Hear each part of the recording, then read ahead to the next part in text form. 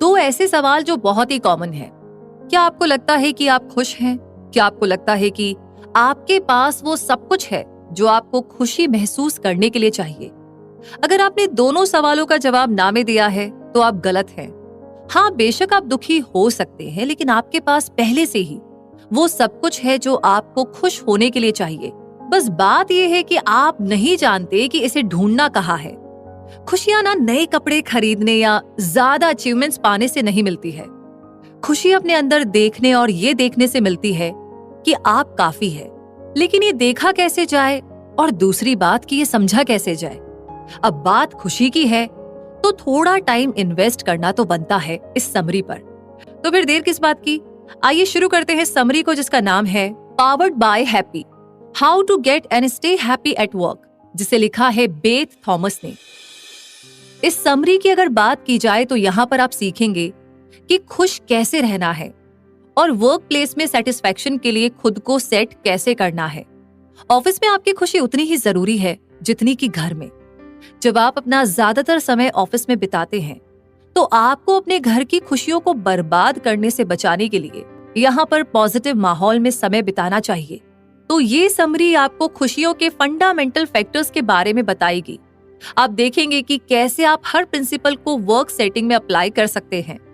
अगर आप काम में रोज शिकायत करने की बजाय खुश रहना शुरू करना चाहते हैं तो ये कैसे करना है, ये जानने के लिए बने रहिए इस जर्नी में हमारे साथ। तो पहला चैप्टर है create your own definition of happiness. आइए समझते हैं। हर इंसान खुश रहना चाहता है। ये इकलौती ऐसी चीज है जिसे हर कोई पाना चाहता है। हम काम करते हैं, एक दूसरे से मिलते जुलते हैं या आराम करते हैं क्योंकि हम अपने दिल में खुशी को एक्सपीरियंस करना चाहते हैं। हर कोई खुशी को अलग नजरिए से देखता है। कुछ लोगों के लिए ये पेट भरने लायक खाना हो सकता है, दूसरों के लिए ये लेटेस्ट गैजेट खरीदना हो सकता है। तो हम सभी खुद को खुश करने के लिए अलग अलग चीजों पर ध्यान देते हैं। ऐसे बहुत से लोग हैं जो अपनी जिंदगी में खुशियों को ढूंढने के लिए स्ट्रगल कर रहे हैं। इसे पाने के तरीके को सिर्फ कुछ ही लोगों ने मास्टर किया है। ज्यादातर लोग गलत जगहों पर खुशी ढूंढते हैं, लेकिन सच में ना, खुश रहने के लिए आपको अपने सोर्स को अंदर से खोजने की जरूरत है। तो खुशियों की ओर पहले स्टेप में अपने आप से ये पूछना है कि क्या आप खुश हैं? अब इस बात से आप यहाँ पर चौंक सकते हैं, लेकिन आपको पता है ज्यादातर लोगों को तब तक खुश न होने का एहसास नहीं होता जब तक दूसरे उन्हें ये ना बताएं। हमारी खुशियों के लेवल पर हमारी जिंदगी के कई सारे फैक्टर्स का असर पड़ता है। ये इस बात से डिसाइड होता है कि हम अपने बारे में, अपने रिश्तों के बारे में और अपने काम के बारे में कैसा महसूस करते हैं। ये सिर्फ आप कैसे दिखते हैं या घर में कैसा महसूस करते हैं से जुड़ी आपकी खुशियों के लेवल के बारे में नहीं है। इस पर आप अपने काम पर क्या एक्सपीरियंस करते हैं उसका भी असर पड़ता है। ज्यादातर लोग काम करने में इतने बिजी होते हैं कि वो अपनी पर्सनल लाइफ के बारे में सोचते ही नहीं है। वो 8 घंटे की जॉब करते हैं, यहाँ तक कि अपने बॉस के द्वारा कहे जाने पर ओवर टाइम भी करते हैं। जब हम एक ऐसे माहौल में इतना ज्यादा समय बिताते हैं जो हमारे लिए सही नहीं है, तो घर आने पर हम चिड़चिड़े से और बहुत गुस्सा महसूस करते हैं, है ना? ये कॉन्सेप्ट दोनों तरफ से अप्लाई होता है। जब हमारे घर का माहौल अच्छा नहीं होता तो हम काम में भी नेगेटिव महसूस कर सकते हैं। एक्चुअली असली खुशी की चाबी ना उन सभी तरह के माहौल में खुशी का सही बैलेंस बनाना है जिनमें हम समय बिताते हैं। हमें अलग अलग हालातों में पॉजिटिव महसूस करना चाहिए। ज्यादातर लोग नहीं जानते कि उन्हें क्या खुश करता है। वो ना सिर्फ इतना कहते हैं कि वो एक कंफर्टेबल और सुखी जिंदगी जीना चाहते हैं, लेकिन जब आप ये जानते ही नहीं है कि इसका मतलब क्या है तो आप सेटिस्फाइड नहीं हो सकते। आपको अपनी खुशी के कारण को पहचानने की जरूरत है। हमारी खुशी की डेफिनेशन समय के साथ बदल सकती है। एक टाइम पर ये बस काम के बारे में हो सकता है, कभी ये बस हमारे परिवार के बारे में हो सकता है। इस बुक की ऑथर बेथ थॉमस ने खुद इस बदलाव को एक्सपीरियंस किया है।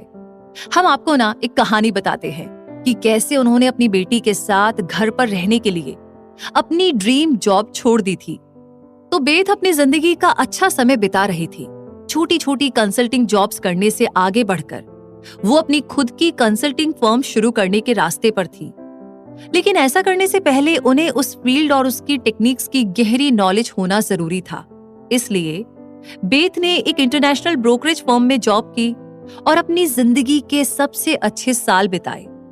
बेथ हमेशा घूमती रहती थी, उनकी अलग अलग देशों में मीटिंग्स होती थी और वो अपने घर में कम ही रहती थी। बेथ और उनके पति की 3 साल की बेटी थी, इसलिए जब भी वो सफर पर जाती तो अपनी बेटी को कुछ दिनों के लिए अपने पेरेंट्स के घर छोड़ देती थी। एक दिन बेथ इंग्लैंड में दूसरी कंपनी के साथ एक बिजनेस डील पर बातचीत करने की कोशिश कर रही थी। सोने जाने से पहले बेथ ने अपनी बेटी अमेंडा को गुड नाइट कहने के लिए फोन किया, लेकिन जब अमेंडा ने फोन उठाया तो वो रोने और चिल्लाने लगी।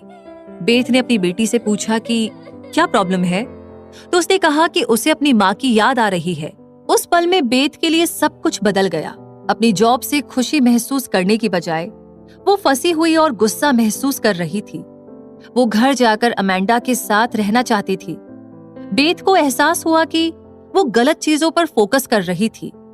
अगर उन्होंने अपने बिजी रूटीन को कंटिन्यू रखा तो वो अपनी बेटी के साथ बहुत से कीमती पलों को खो देंगी, और वो ऐसा बिल्कुल भी नहीं होने देना चाहती थी।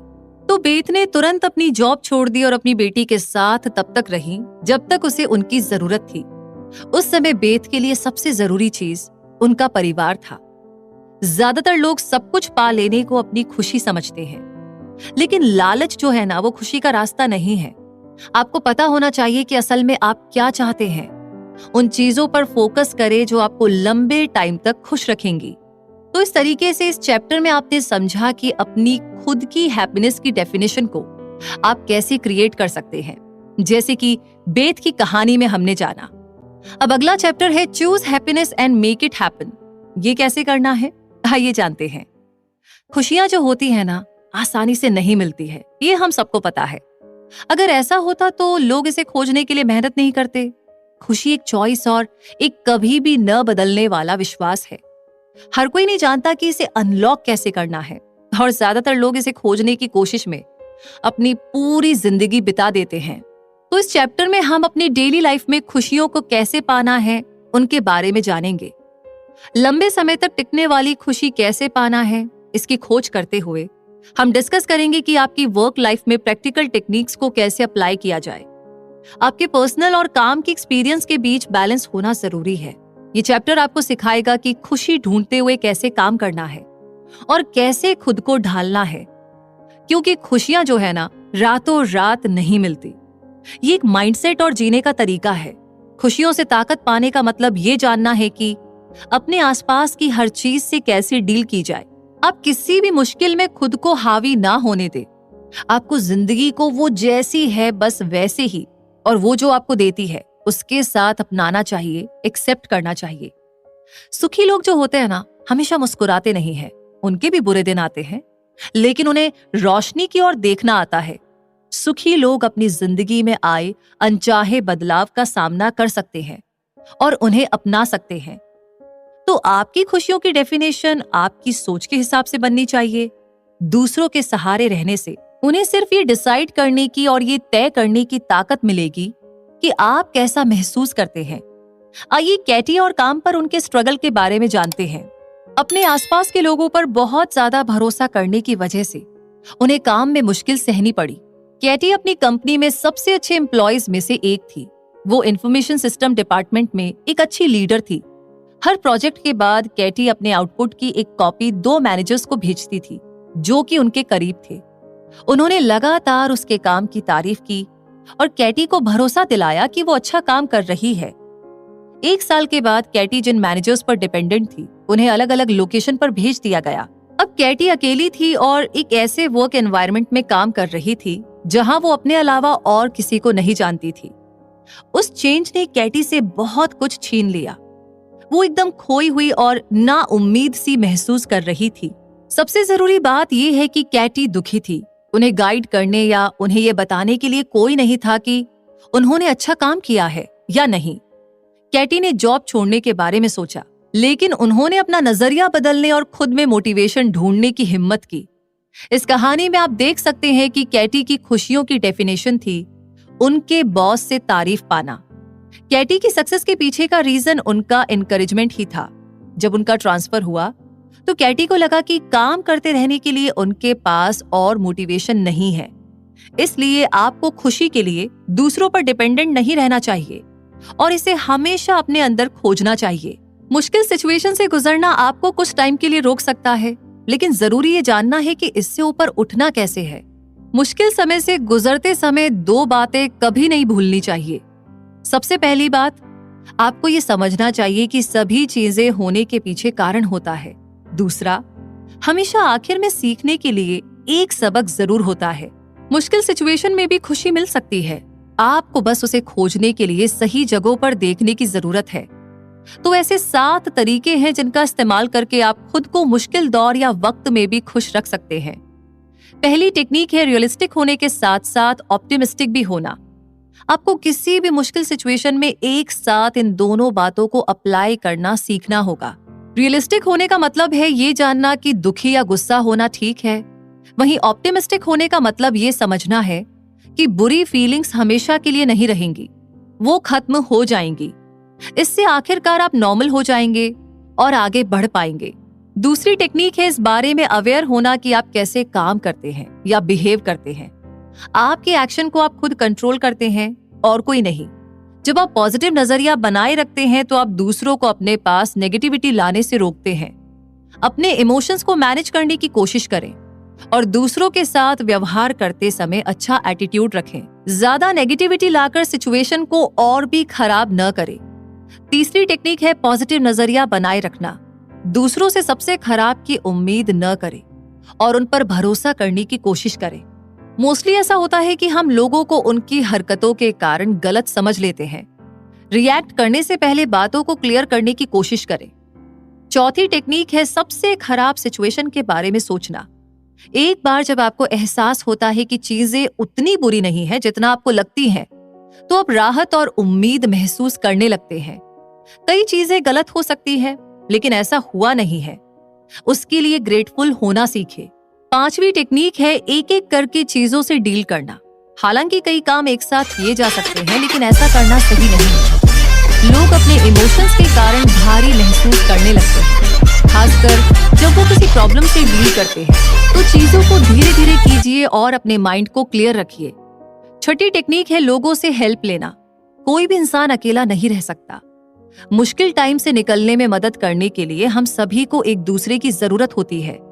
सपोर्ट सिस्टम होने से चीजें आपके लिए आसान और हल्की हो जाती हैं। आपके करीबी लोग आपके दिल का बोझ हल्का करने में आपकी मदद कर सकते हैं। आखिरी टेक्निक आती है मेडिटेशन करना। लोग प्रॉब्लम्स को हैंडल करने में इतने बिजी हो जाते हैं कि वे अपना ख्याल रखना ही भूल जाते हैं। मेडिटेट करने से आपको अपनी आत्मा के साथ, अपनी सोल के साथ फिर से जुड़ने और आपके शरीर और मन को शांत करने में मदद मिलती है। याद रखिए कि खुशी जो है ना, वो एक ऐसी चीज है जिसे आपको चुनना होगा, आपको चूज करना होगा और उसके लिए काम करना होगा। अगर दूसरे लोग खुश हो सकते हैं तो आप भी खुश हो सकते हैं। वैसे इतना करने के बाद में एक काम और करना है और वो है minimising worry and negative thoughts. अब ये कैसे करना है, आइए जानते हैं। चिंता करना और नेगेटिव सोच रखना उन बुरी आदतों में से है जो अक्सर हर आदमी की होती है। ये आपके खुश रहने की एबिलिटी और आपके व्यवहार पर बुरा असर डालती है। चिंता करना वो पहली चीज है जो एम्प्लॉयज को वर्कप्लेस पर नहीं करनी चाहिए। ये उनके गोल्स को पाने में, उनकी सक्सेस और परफॉर्मेंस में रुकावटें पैदा करता है। तो ये चैप्टर हमें अपनी चिंताओं और डर को कंट्रोल करने के बारे में सिखाएगा। खुशियां खास तौर पर वर्क प्लेस की तब पीछे धकेली जा सकती है जब हमारे अंदर बहुत नेगेटिव इमोशंस हो। इस बार हम इन इमोशंस से डील करने के बारे में जानेंगे। नेगेटिव इमोशंस हमारी जिंदगी का एक नेचुरल हिस्सा है। इंसान कभी ना कभी दुखी, गुस्सा, निराश और परेशान होगा ही, लेकिन अपनी चिंता को अपनी जिंदगी पर हावी होने देना नेचुरल नहीं है। जब आप ऐसा करते हैं तो आप नेगेटिविटी को अपने ऊपर हावी होने देते हैं और खुश होने के मौकों को गंवा देते हैं। हम ये पहले ही डिस्कस कर चुके हैं कि कैसे खुशियां इंसान की जिंदगी में एक चॉइस है। अब हम यहाँ पर आपको बता रहे हैं कि चिंता करना भी एक चॉइस है। अब आप सोचकर कह रहे हैं ये थोड़ा अजीब नहीं है? हाँ, सो तो है, क्योंकि हम पूरी तरह से अपने इमोशंस को कंट्रोल करते हैं और ज्यादातर लोग ये नहीं जानते हैं। हम कैसा महसूस करते हैं इसे मैनेज करने की बजाय हम अपने इमोशंस को हमें कंट्रोल करने देते हैं। तो 2 तरह के नेगेटिव थॉट्स हैं जिनके बारे में जानना बहुत जरूरी है। पहला है फैक्ट्स और सबूतों पर बेस्ड थॉट, दूसरा है इमेजिनेशन पर बेस्ड थॉट। अब दोनों ही जायज और समझने लायक हैं, लेकिन उनसे डील करने के लिए अलग अलग तरीके की जरूरत होती है।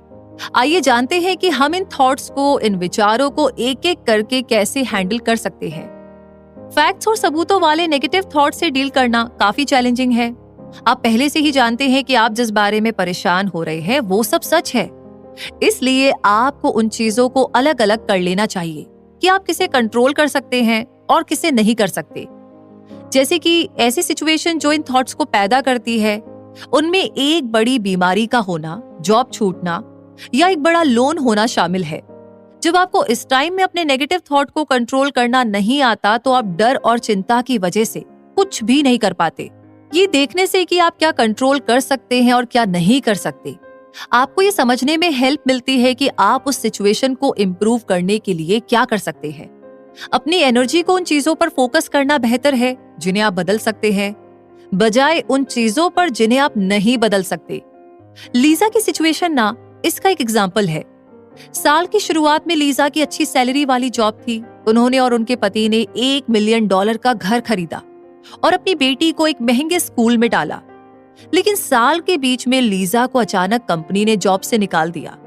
अब जब उनके पास एक स्टेबल इनकम नहीं थी तो वो बहुत सी चीजों के बारे में परेशान रहने लगी।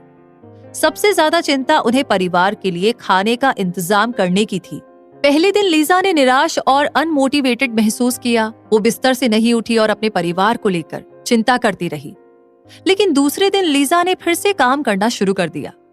उन्हें एहसास हुआ कि चिंता करने से तो कुछ भी बदलने वाला नहीं था, इसलिए उन्होंने कुछ करने का प्लान बनाया।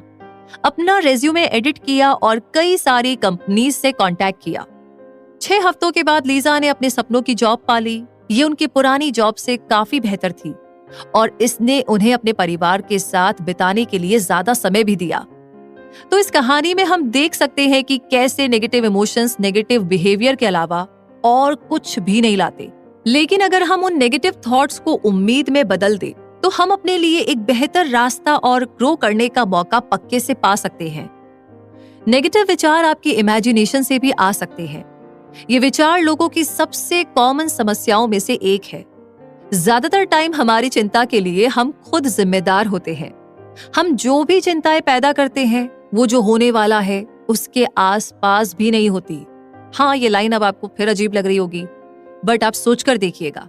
जब आप सोचना शुरू करते हैं तो ऐसी चेन सोचते सोचते पता नहीं कहाँ चले जाते हैं और अचानक कोई बोले कि प्रॉब्लम क्या है, तब पता चलता है कि प्रॉब्लम तो अभी हुई नहीं, हम तो कुछ और ही सोच रहे हैं। हाँ, मतलब जो होने वाला है लेकिन हुआ नहीं है। तो जब लीजा नई कंपनी में काम कर रही थी तब उन्होंने इन सारे थॉट्स को एक्सपीरियंस किया था। आइए देखते हैं कि उन्होंने क्या किया और इससे बाहर वो कैसे निकली। लीजा ने अपनी कंपनी की मंथली मीटिंग में एक प्रपोजल प्रेजेंट किया। वो एक ऐसे प्रोजेक्ट पर काम कर रही थी जिससे हजारों डॉलर कमाए जा सकते थे। लेकिन लीजा की प्रेजेंटेशन के बाद उनके बॉस के पास जो सभी रिविजन्स लीजा को करने थे वो बताने के अलावा कहने के लिए कुछ भी नहीं था। उसके बॉस ने कहा कि लीजा ने जो कुछ भी किया था वो सब गलत है और किसी को भी उनके बनाए रिपोर्ट को फॉलो नहीं करना चाहिए। लीजा हैरान और शर्मिंदा महसूस कर रही थी। उन्होंने अगले कुछ दिन एक नया प्रपोजल बनाने और ये सोचने में बिता दिया कि उनके बॉस क्या सोचेंगे। जब लीजा ने अपना नया प्रपोजल प्रेजेंट किया तो उनके बॉस पूरी तरह से चुप थे। इसलिए अगले 2 महीने लीजा ये सोचकर परेशान होती रही कि वो कभी भी अपनी उम्मीदों को पूरा नहीं कर पाएंगी। लीजा ने आखिरकार अपने बॉस से फीडबैक मांगने की हिम्मत की। उन्होंने अपने पहले प्रपोजल के लिए माफी मांगी और बेहतर परफॉर्म करने का वादा किया। लेकिन लीजा के बॉस ने उनसे माफी मांगी और कहा कि उन्हें इस तरीके से बर्ताव नहीं करना चाहिए था।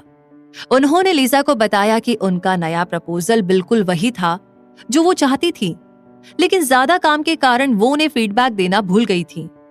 ये कहानी बताती है कि आप चिंता करने में कितना टाइम बर्बाद कर देते हैं। आप जो चिंताएं पैदा करते हैं वो असली होते भी हैं या नहीं, ये भी सोचने वाली बात है। उनमें डूबे रहने की बजाय उन चिंताओं को दूर करने की कोशिश करें। उन्हें पॉजिटिव विचारों में बदल दे या उन्हें अपने मन से बाहर निकाल दे। जब आप ऐसा करेंगे तो कुछ नया आइडिया आपको दिखाई देगा, कुछ नया रास्ता आपको दिखाई देगा और शायद लीजा की तरह आप हिम्मत कर पाएंगे आगे बढ़ने की। वरना तो चिंताओं के साथ जिंदगी कैसी कट रही है, आई थिंक ये हमें सोचने की भी जरूरत नहीं है, क्योंकि हम ऑलरेडी इतना सोचते हैं। अभी हमें आगे बढ़ने की जरूरत है चिंताओं को पीछे छोड़कर खुशी को पाने के लिए। और ये भी हमें पता है कि खुशी तो एक चॉइस है, लेकिन इसे चॉइस कैसे बनाना है और अलग अलग कहानियों से, अलग अलग एग्जाम्पल से हम इसे कैसे समझ सकते हैं, आइए जानते हैं। तो अगला चैप्टर है take the un out of unhappy and be grateful. जब आप खुश होने के बारे में सोचते हैं तो आपके माइंड में क्या आता है? ज्यादातर लोगों का मानना है कि खुशी पॉजिटिव साइड पर फोकस करने की आपकी एबिलिटी है। हालांकि इसमें से कुछ सच है, लेकिन ये उससे कहीं ज्यादा है। और ज्यादातर लोग मानते हैं खुशी के लिए आपका सिर्फ पॉजिटिव साइड को देखना ही जरूरी नहीं है। ये इस बात पर भी जोर देता है कि आप पूरे साइड को कैसे हैंडल करते हैं। तो इस चैप्टर में हम जानेंगे कि कैसे दुख को सुख में बदला जाए और जिंदगी में नेगेटिव फैक्टर्स होने के बावजूद खुश रहने की कोशिश की जाए। हम उन चीजों को ठीक करने में गहराई से जानेंगे जो हमें दुखी करते हैं, और जिंदगी के लिए और ज्यादा ग्रेटफुल कैसे होना है ये भी सीखेंगे। तो पहली चीज जो आपको करने की जरूरत है वो ये डिफाइन करना है कि आपको दुखी क्या करता है। खुशी ढूंढने के प्रोसेस की तरह आपको उन चीजों का नाम भी बताना होगा जो आपको दुखी करती हैं। अपनी उदासी के पीछे का रीजन खोजने से आप हर उस चीज की जड़ को देख सकते हैं जो आप महसूस कर रहे हैं। अगर आपको लगता है कि जो चीजें आपको दुखी करती है उन्हें अनदेखा करके आप सेटिस्फाइड हैं, तो सोचिए कि जब आप उन्हें खत्म कर देंगे तो आप कितने खुश होंगे। अच्छा, एक काम कीजिए ना, एक पेपर लीजिए और उन चीजों की लिस्ट बनाइए जो आपको दुखी करती हैं। इसके साइड में उन चीजों को लिखिए जो आपको लगता है कि उन्हें हल करने में, उन्हें सॉल्व करने में आपकी मदद करेंगी। जैसे कि आप कह सकते हैं कि जब से आप अपनी नई कंपनी में आए हैं तब से आपका कलीग आपको धोखा दे रहा है।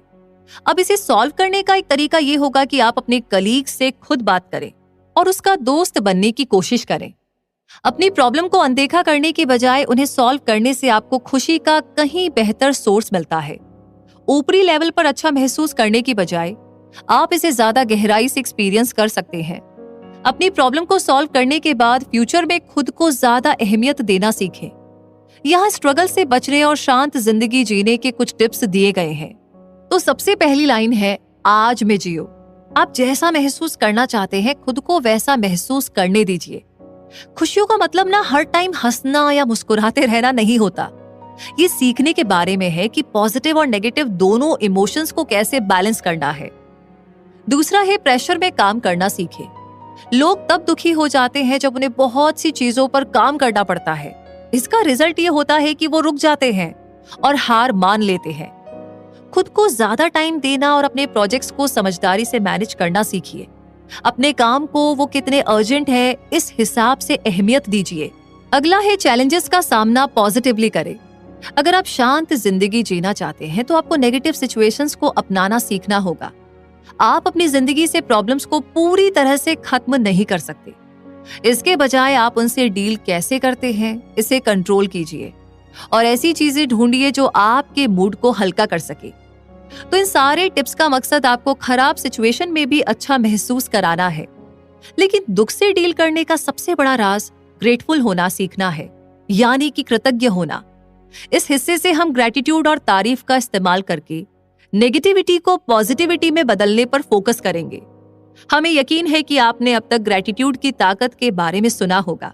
आइए इसके बारे में गहराई से जानते हैं और देखते हैं कि आप इसे कैसे अप्लाई कर सकते हैं। तो ग्रेटिट्यूड यानी कि कृतज्ञता एक पॉपुलर कॉन्सेप्ट बन गया है। इसके पीछे एक रीजन है। इसने लोगों को जिंदगी में अपने नजरिए को बदलने और चीजों को अप्रिशिएट करना सिखाया है। ग्रेटिट्यूड दुख और असंतोष यानी डिससैटिस्फैक्शन को खत्म करता है। तो जब आप उन चीजों के लिए ग्रेटफुल होते हैं जो आपके पास है, तो आप और ज्यादा पाने के लिए भटकते नहीं हैं। आप ये सोचकर चौंक सकते हैं कि आपकी जिंदगी में ढेर सारी अच्छी चीजें हैं, क्योंकि अगर आपके पास एक खुशहाल परिवार और एक प्यारा सा घर है, तो आपके पास ज्यादातर लोगों के मुकाबले खुशियां 1000 गुना ज्यादा है। ये सिंपल फैक्ट कि आप एक नया दिन जी रहे हैं एक ऐसी चीज है जिसके लिए आपको ग्रेटफुल होना चाहिए। जब आप देखते हैं कि आपके पास कितनी अच्छी चीजें हैं, तो आप ज्यादा प्रोटेक्टिव हो जाते हैं और उन्हें बनाए रखने के लिए पूरी कोशिश करते हैं। एक और चीज जो ग्रेटिट्यूड करती है वो है हमें सही जगह पर लेकर जाना। हो सकता है कि हमें पता ही ना हो, लेकिन हम ऐसी जगहों पर रह रहे होते हैं जो इस पूरे समय हमें दुखी कर रही हैं। हम आपको जैक की कहानी और उन एहसासों के बारे में बताते हैं जो उसे तब हुआ जब उसने ग्रेटिट्यूड की प्रैक्टिस करना शुरू किया। इससे उसने सच्ची खुशी पाई और बहुत देर होने से पहले एक्शन लिया। तो जैक उस कंपनी में सीएफओ था जिसमें बेथ पहले काम करती थी। अब बाहर से ऐसा लग रहा था कि जैक के पास तो सब कुछ है, इसलिए हर कोई उससे और उसके करियर से ना बहुत जलता था। लेकिन एक दिन बेथ और जैक ने बात की और उसने बताया कि वो अपनी पत्नी और बच्चों को बहुत मिस करता है। जैक ने कहा कि कुछ समय में ही उसकी दोनों बेटियां कॉलेज चली जाएंगी और बाहर रहने लगेंगी। बेथ ने जैक को अपने पिता की कहानी बताई।